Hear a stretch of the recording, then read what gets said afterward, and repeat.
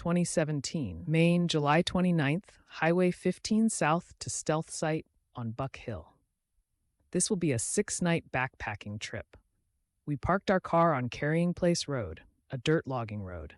We left a trail magic box on the AT where we had planned to come out. My sister and her husband had picked us up and dropped us off on Route 15, the Monson AT parking area, at around 4 o'clock, where we had ended our big backpack trip when we had done the 100-mile wilderness. Today, we are only climbing up about 2 miles to Buck Hill.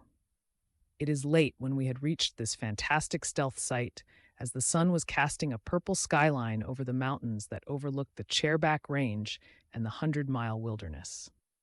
This area is in a nice pine forest and was looking like the 100-mile wilderness, with the dark pine forest as the sun was setting. It was hard to believe that we were here in the 100-mile wilderness just a year ago, and here we are sitting here in front of the tent and looking out on it.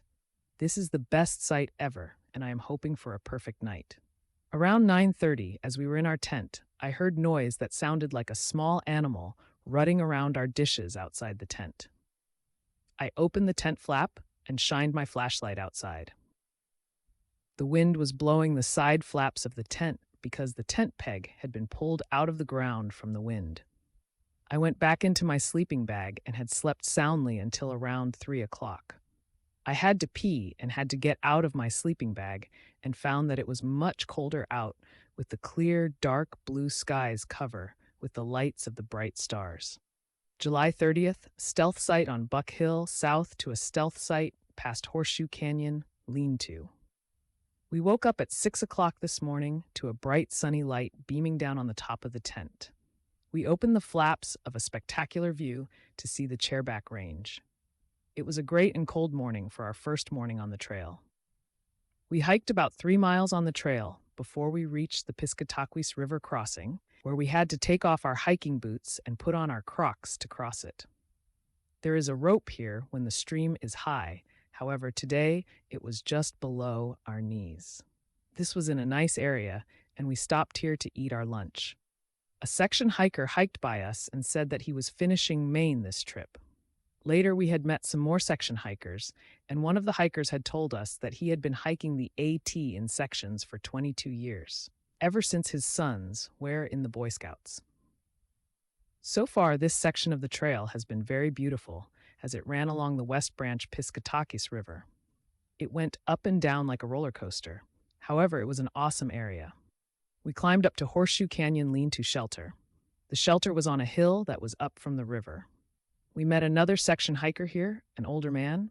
He said that his trail name was Pigeon. He told us that he was already packing down here for the night and was rubbing his feet. The spring here was dried up, and the river was too difficult to get down to. We had seen 2 nice camping areas near the shelter, and it was only 2 o'clock right now, so we decided to keep moving down the trail. After about a mile or two, we finally found a nice stream that was flowing downhill. We stopped here at the stream to filter some water. The water was nice and cold, and now that we had full water bottles, we started to keep an eye out for a nice place to camp at. I was really struggling hiking with 2 full water bottles, and my feet were beginning to hurt. However, it was a fabulous day, and the weather and the trail was beautiful, one of the best hiking days on this trip. We finally found a nice area next to the river in a pine forest, a perfect place to set up camp for the night. It was a nice, cool, clear night, and the only sad thing that I can say is that the forecast for tomorrow is calling for a 70% chance for rain showers. July 31st. Stealth site past Horseshoe Canyon, lean-to south to stealth site past Moxie Bald's shelter. We woke up to a sunny morning. We slept in late on this nice, cool morning and got back onto the trail late around 9 o'clock. It was another roller coaster hiking day, following the river again. Today it had gotten more humid out as we were hiking. We reached our next river crossing, and I really enjoyed it as the water was nice and cold.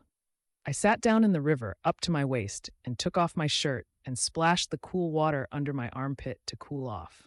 I wet my shirt in the cool water and changed my foot tapes here as I was sitting in the water. It was great. We left the river, and it did not take long before I was hot and sticky again. We followed the river, and it was in a pretty area. We had seen more through hikers today. Most through hikers are in Maine by now and are close to the end of their adventure on the AT. The trail went through a nice pine forest with a nice treadway. However, it did not last as it became more rugged and we entered into the mud, large rocks, and boulders. We found a trail crew working on the trail. They were moving rocks over the muddy area, making a nice walkway over this flooded and muddy section of the trail. We had met Pigeon on the trail, and he would pass us, and we would pass him during our hike in this area. The humidity had increased, and shortly after, the rain started to come down. We stopped, and I had taken off my shirt and put on our rain gear. The rain had felt cooler on my chest. During our hike, we began to get too hot in the rain gear and took off the coats shortly after the rain had stopped and the sun had come back out, making it super humid. We had passed a nice camping area near the river and heard thunder in the distance as we reached our second river crossing today. Luckily, we were able to get across the river on the rocks that were nicely spaced across the river in this splendid, scenic river area. We were getting tired from the heat and the humidity as we reached Moxie Bald Shelter that was next to a nice lake.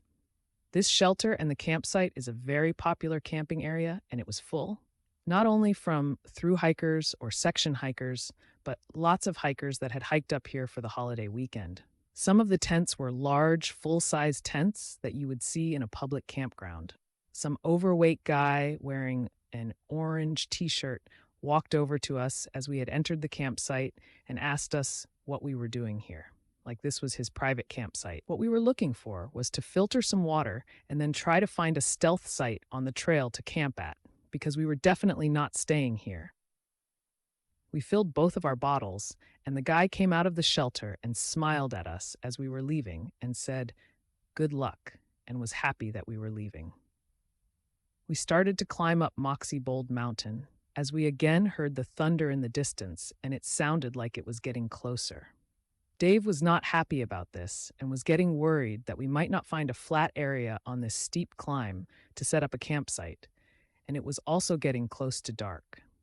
This climb was hard with lots of rocks and boulders. However, we finally found a small area that was flat enough to put up the tent.